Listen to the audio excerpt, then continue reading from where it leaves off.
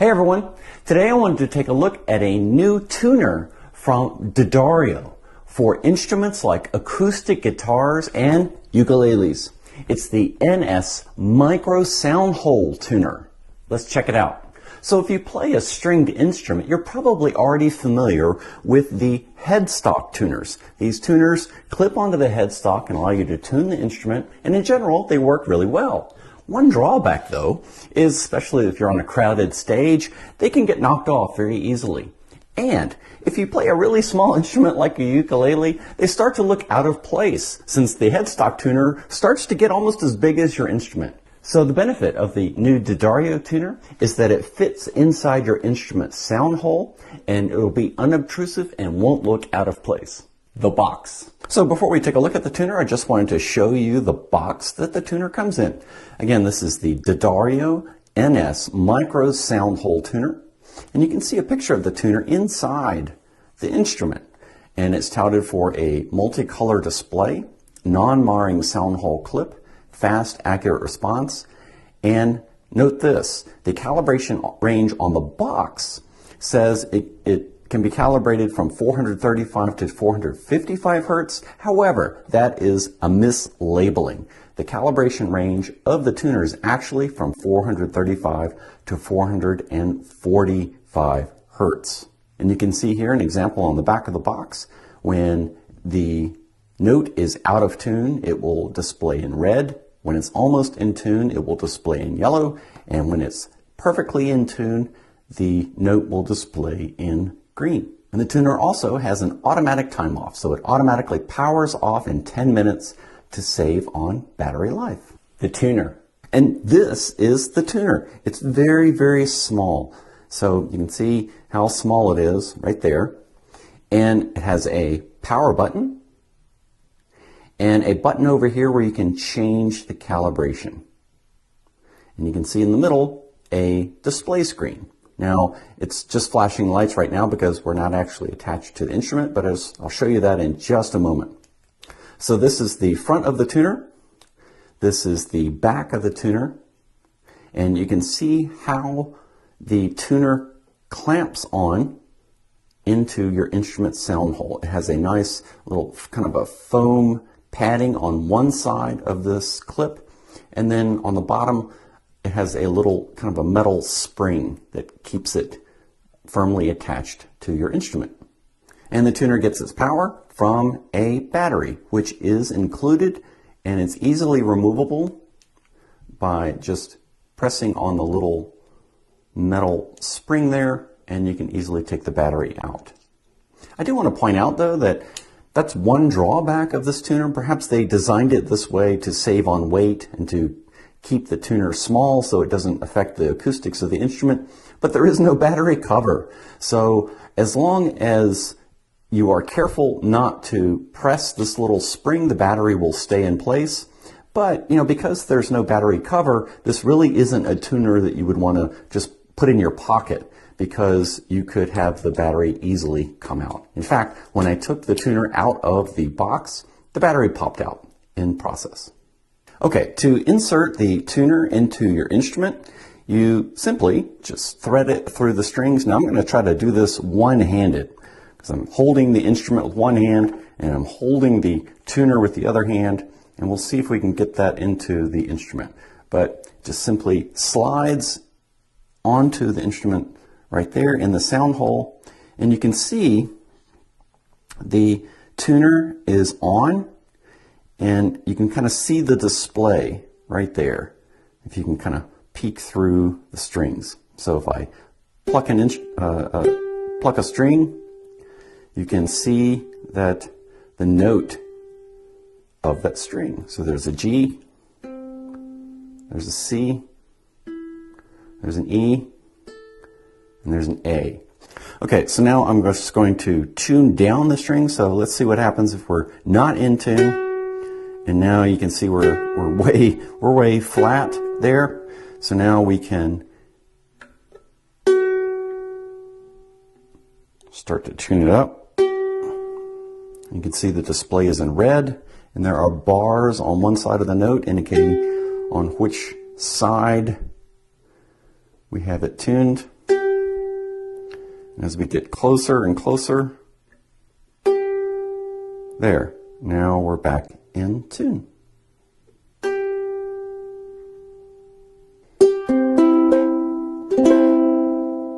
And once you have everything in tune, you can either wait the 10 minutes and it will automatically power off, or you just reach down in through the strings there into the sound hole and the tuner will shut down after pressing the power button. And here's a look at the instrument with the tuner in place. You can see it's very unobtrusive. It does not look unprofessional having a big tuner hanging off your headstock.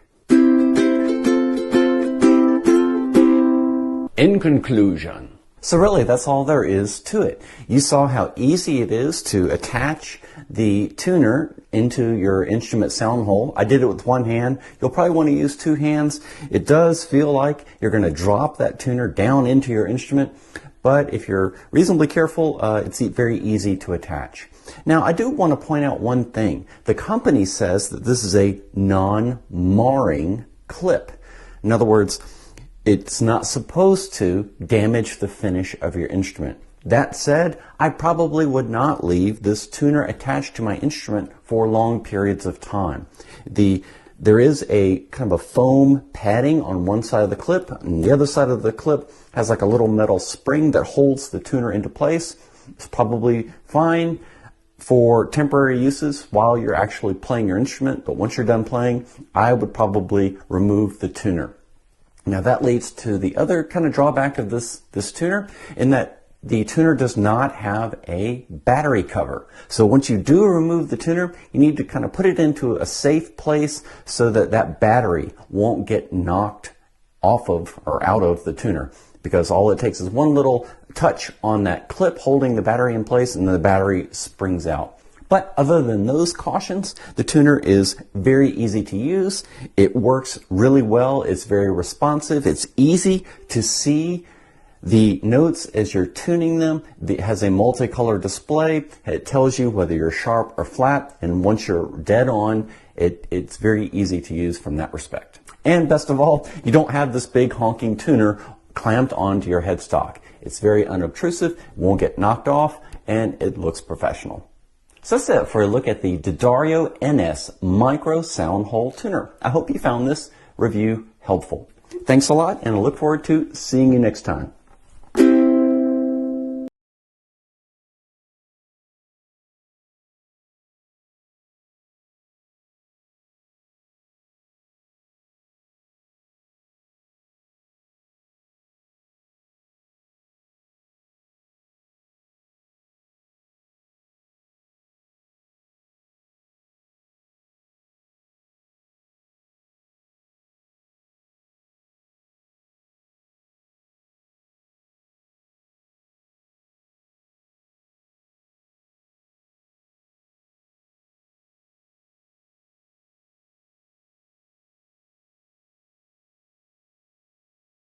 This is the tuner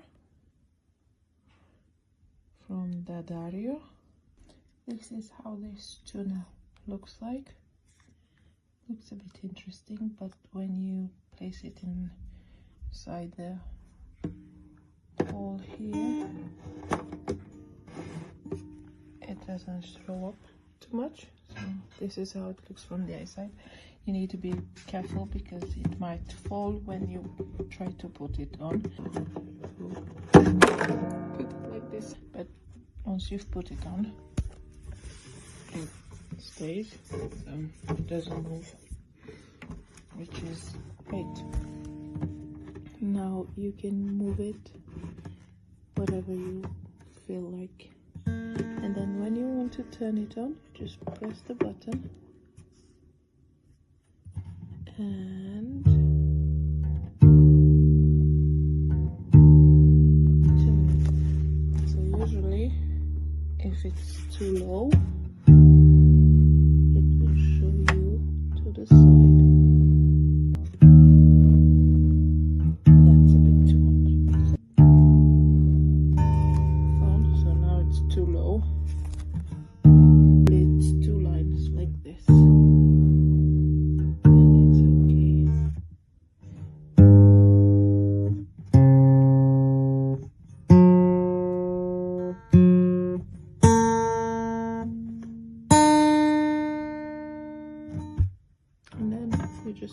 it off. Press the button once and it turns down. Now to find it a bit, see, it moves, so I tend to put it somewhere where it stays close to that one, so when I press the button it doesn't move. See, otherwise here it kind of tends to almost come up out, so I try to put it to support it on that side, so when I press the button it doesn't move to one side on it. But yeah, the lights are quite visible, and then when you play the guitar it's not showing up too much, so far so good.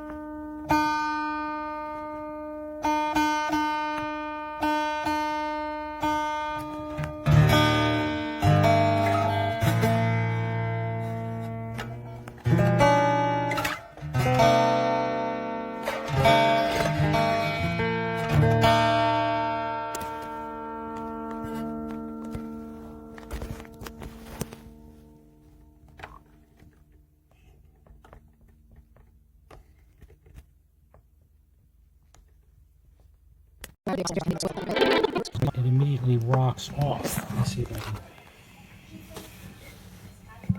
Right here, if you try to turn it on, it immediately starts to come off. There's nothing to brace it. It's not braced where it should. It rocks on this here, so it immediately starts to fall off. It's not secure. It's not designed well.